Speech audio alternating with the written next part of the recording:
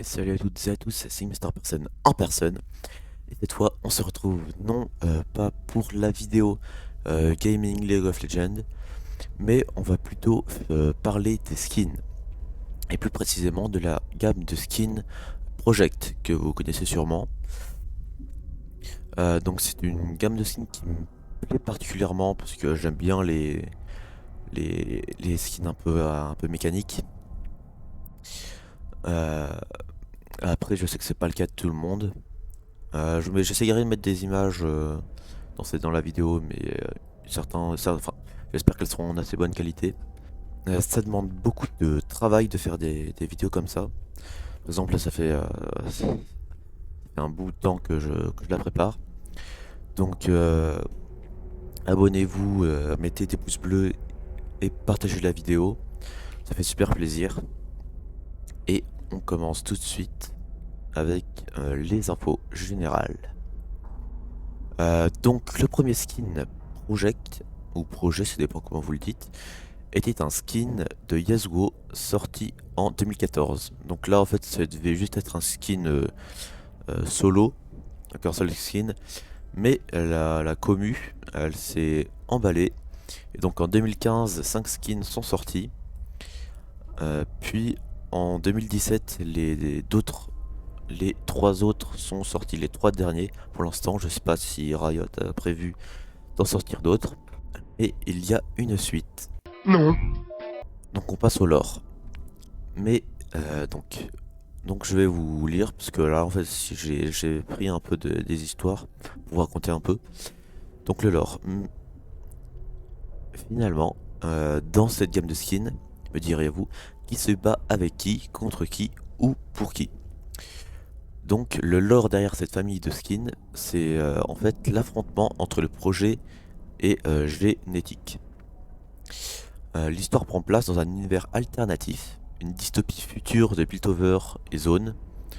Donc là où il y a le plus de champions. Parce qu'il y a Zac, il y a Twitch, il y a Vi, bref, il y en a plein, plein, plein. Et donc met en place des champions augmentés par des améliorations cybernétiques, ainsi que l'intelligence artificielle mécanisée. L'univers de projets réunis entre deux familles de skins, les projets généraux et les programmes. Mais bon, dans cette vidéo, on ne développera que la première famille, qui est donc les projets. Il y a les membres de la rébellion génétique se battent pour mettre fin aux atrocités commises par le projet. Une corporation ultra puissante au nom de la science et du progrès, mais bien sûr au détriment de l'humanité. En gros, ils s'en fichent de ce que ça fait sur le corps des humains, tant qu'ils font ce qu'ils ont à faire. Le chef de génétique n'est qu'autre que H, qui après avoir pris conscience du coup humain que réclamait l'ambition du projet, a décidé de lutter contre eux afin de les détruire. Donc à ses côtés, on retrouve aussi Maître Yi, l'un des premiers concepts de projet libérés par les rebelles. De même pour Léona. L'histoire est la même pour Lucian, ou Lucian, ça dépend comment prononcer. Moi je prononce plutôt Lucian. Yasuo et Fiora. Et après arrive Echo, qui lui a été recruté par H pour ses connaissances poussées en piratage informatique.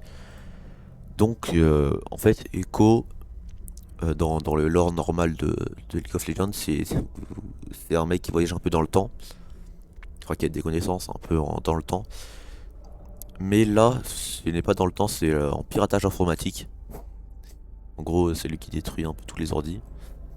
Peu de champions se battent ouvertement pour le projet. Donc on retrouve Z euh, comme, euh, comme personne, comme un peu sbire entre parenthèses du projet. Et donc sa mission c'est juste de traquer les rebelles et les exterminer. Pas de pitié. Mais à ses côtés on retrouve aussi Katarina. Autrefois l'interne de la rébellion, elle s'est retournée dans la ligne de commandante après une confrontation avec H. Mais il y a aussi des solitaires. Mais ça, on se retrouve dans la troisième partie. L'histoire des champions. On va commencer par les solitaires. Donc, il y a Warwick qui a été arraché aux terres désolées par des chercheurs du projet. Warwick a été transformé en une horrible créature transhumaine.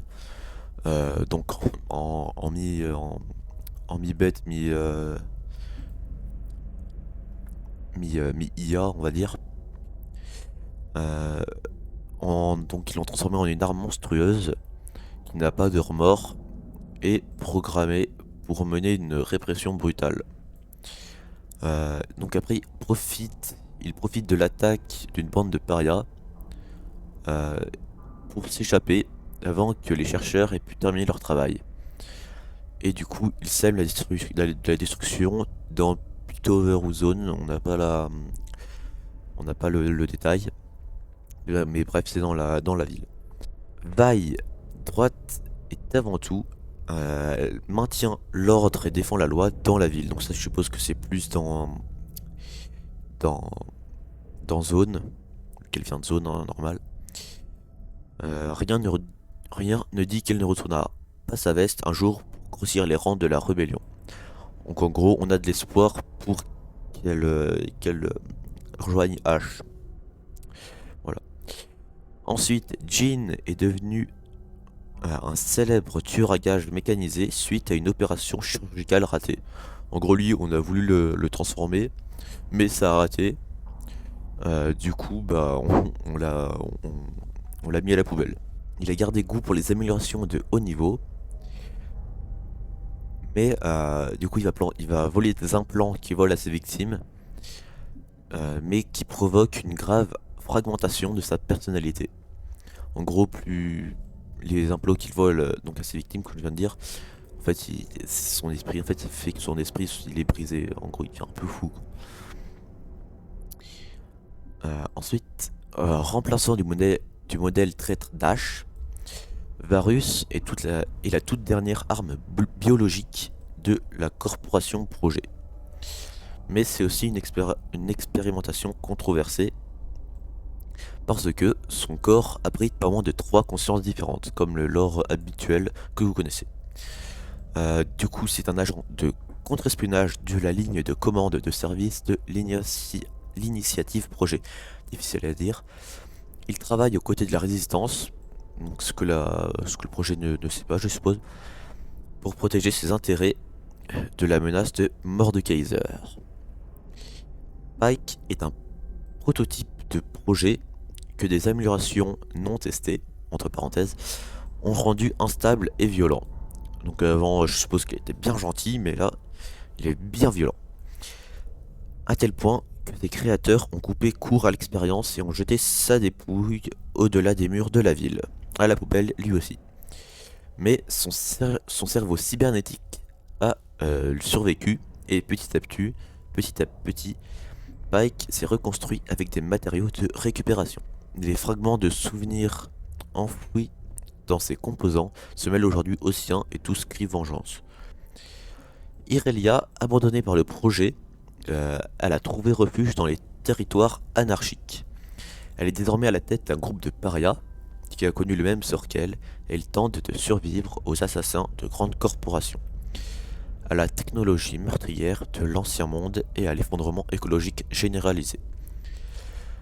Elle est consciente de la menace que représentait Warwick, donc Irelia a participé à l'attaque contre la ville pour tenter de mettre un terme au projet.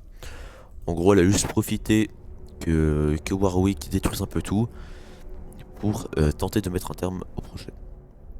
Jinx s'est portée volontaire pour être convertie par le projet. Donc elle, c'est une des seules qui a dit oui, je vais être changée, je vais devenir un demi-robot. Mais elle ne s'attendait certainement pas à ce qu'une panne de courant brouille son noyau de mémoire et la transforme en une psychopathe hantée par des voix dans sa tête. Bon, ça c'est un peu exactement pareil que dans le lore d'habitude. Donc elle est un peu folle. Ensuite, Akali a réussi à fuir la ville pour informer ceux qui vivent dans les terres désolées de l'existence d'une super arme encore non testée. Pressés par le temps, ces parias se sont joints à elle pour tenter d'abattre la méga corporation. Mais bien qu'ils soupçonnent leur nouvel allié comme un agent double. En gros, ses alliés la soupçonnent d'être d'être avec la méga corporation, donc j'imagine avec le projet. Donc ils sont pas totalement sûrs qu'elle est bien gentille. Sejuani, elle, c'est une dirigeante d'une secte de rebelles génétiques radicalisés. Elle s'est ensuite détachée du mouvement Dash, considérant que leurs actions de résistance manquaient de virulence. Elle refait surface alors que le programme s'est emparé de la ville.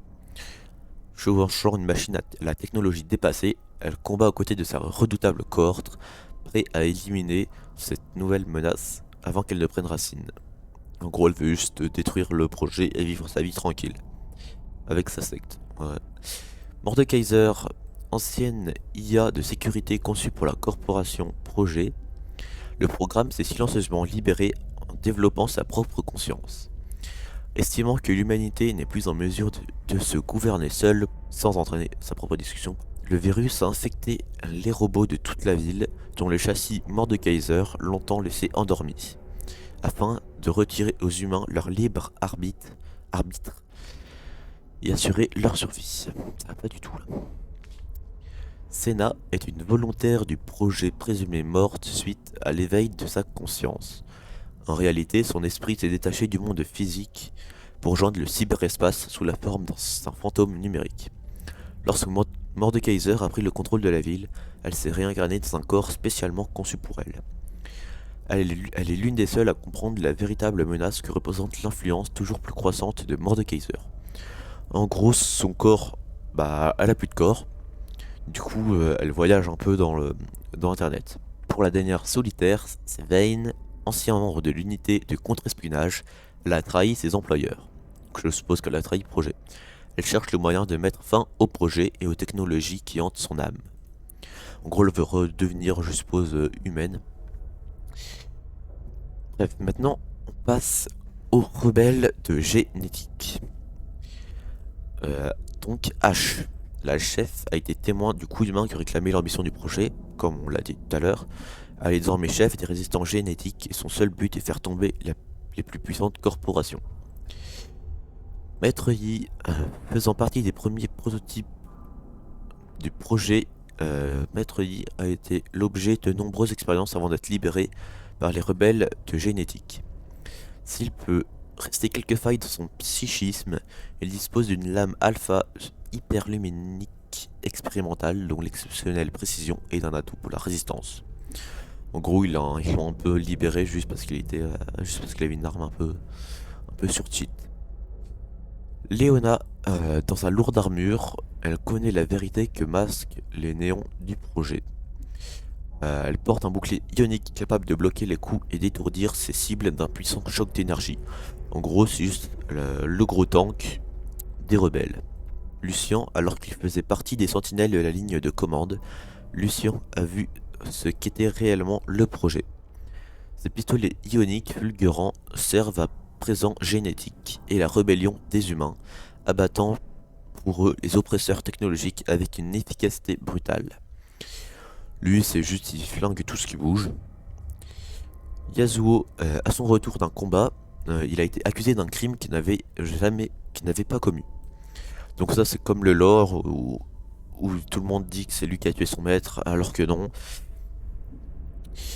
Conscient d'avoir été trahi par des têtes pensantes du projet, Yasuo se bat aux côtés des rebelles de génétique, taillant dans les mensonges de la technologie avec sa lame à plasma.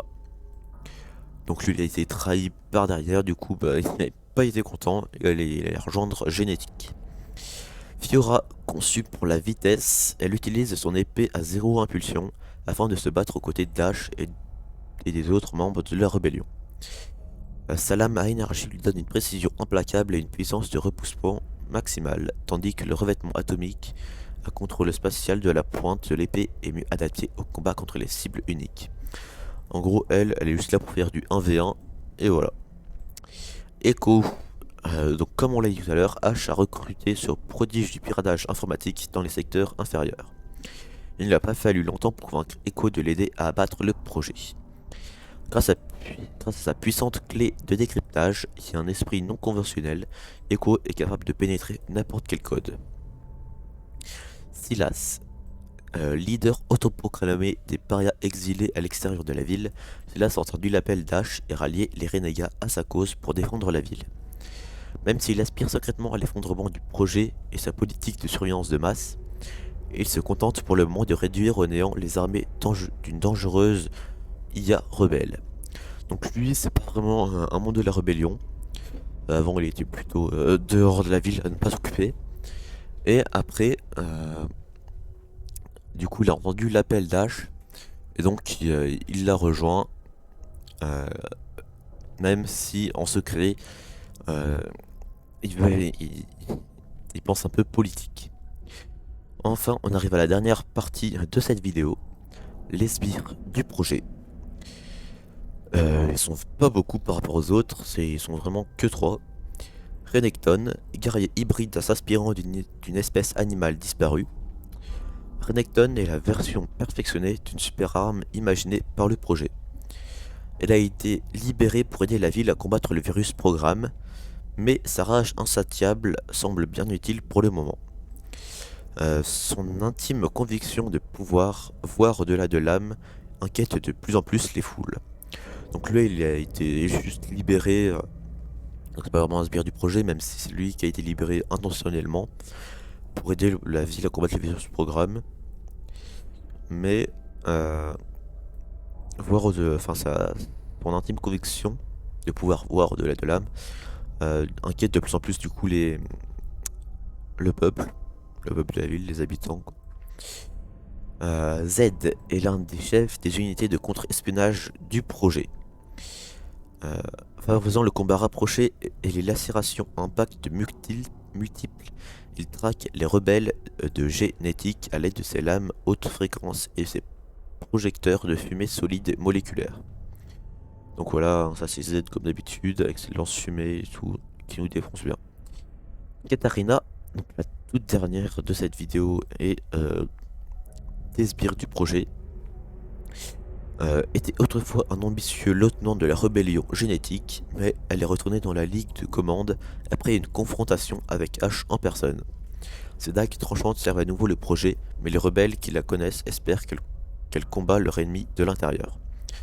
En gros, c'était juste un lieutenant de la rébellion, mais elle s'est battue avec Ash, et je suppose qu'elle a perdu. Du coup, elle a rejoint le projet, mais les rebelles espèrent qu'elle retournera sa veste au moment critique. Bref, c'était tout pour cette vidéo présentation de skin. J'espère qu'il vous aura plu. Si vous voulez que je présente une gamme de skins, dites-le moi dans les commentaires.